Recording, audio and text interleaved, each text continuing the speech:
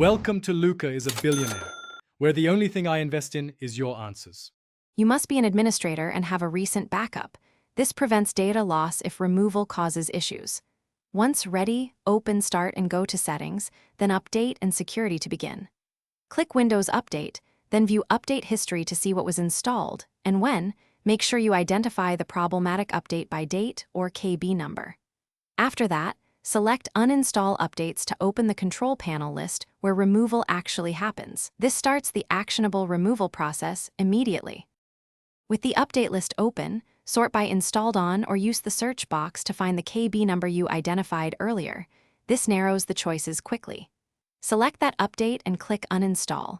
Windows will prompt you to confirm and may warn about dependencies. Read that and proceed if safe. The system will process the removal and often requires a restart, so save work first.